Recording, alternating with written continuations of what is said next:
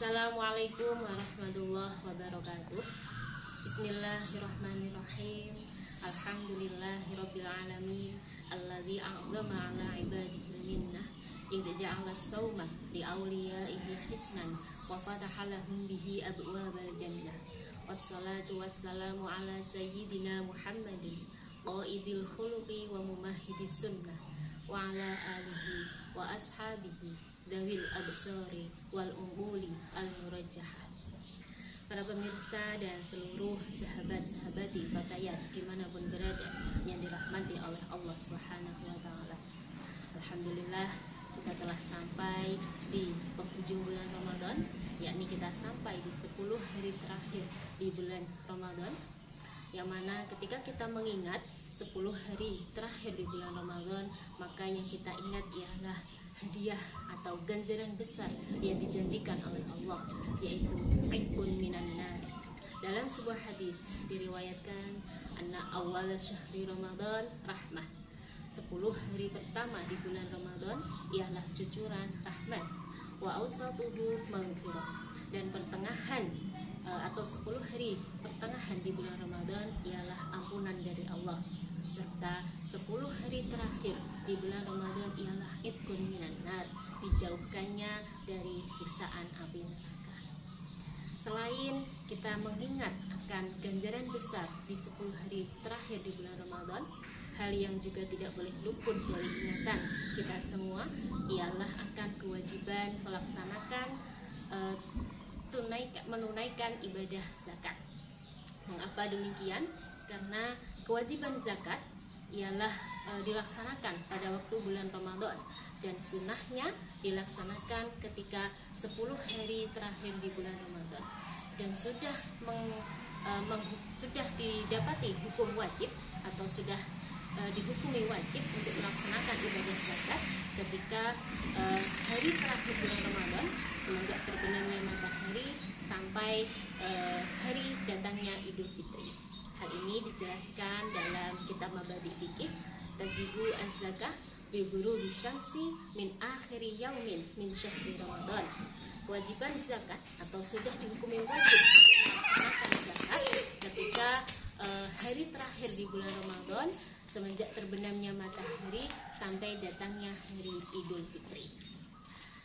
Selain dari itu, yang harus kita imani bahwa zakat merupakan kewajiban yang harus ditunaikan oleh seluruh kaum muslimin muslimat, dan bahwasanya kewajiban atau seruan untuk melaksanakan zakat ini beriringan dengan seruan untuk melaksanakan ibadah sholat, yakni dituturkan dalam surat Al-Baqarah ayat 110, Bismillahirrahmanirrahim, wa aqimus sholata wa atuz zakah wa ma tuqaddimu li anfusikum min khairin tajiduhu 'indallah wallahu bima ta'maluna basir.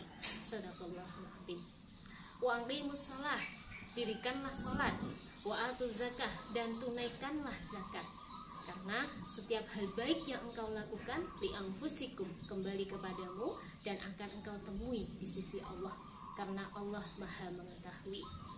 Sehingga para sahabat fatayat yang dirahmati oleh Allah, sudah menjadi kewajiban dan semestinya kita mengingat akan kewajiban zakat, terlebih di 10 hari terakhir bulan Ramadan seperti ini. Sebab ma khalatotiz zakatu malan qattu illa ahlakathu. Kalimat tersebut tertera di kitab Qomil Tuhyan dan bermakna bahwa tidak akan bisa tercampur harta zakat dan harta kita, kecuali percampuran kedua harta tersebut hanya akan merusak kehidupan kita. Maksudnya, ketika kita mempunyai harta 100.000 dan ada kewajiban untuk menunaikan zakat 2,5% dari harta tersebut, maka kewajiban zakat harus segera ditunaikan.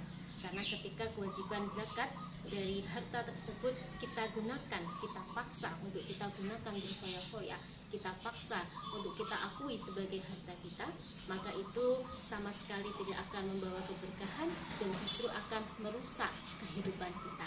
Na'udzubillah min dzalik. Lalu siapa saja yang berhak menerima zakat?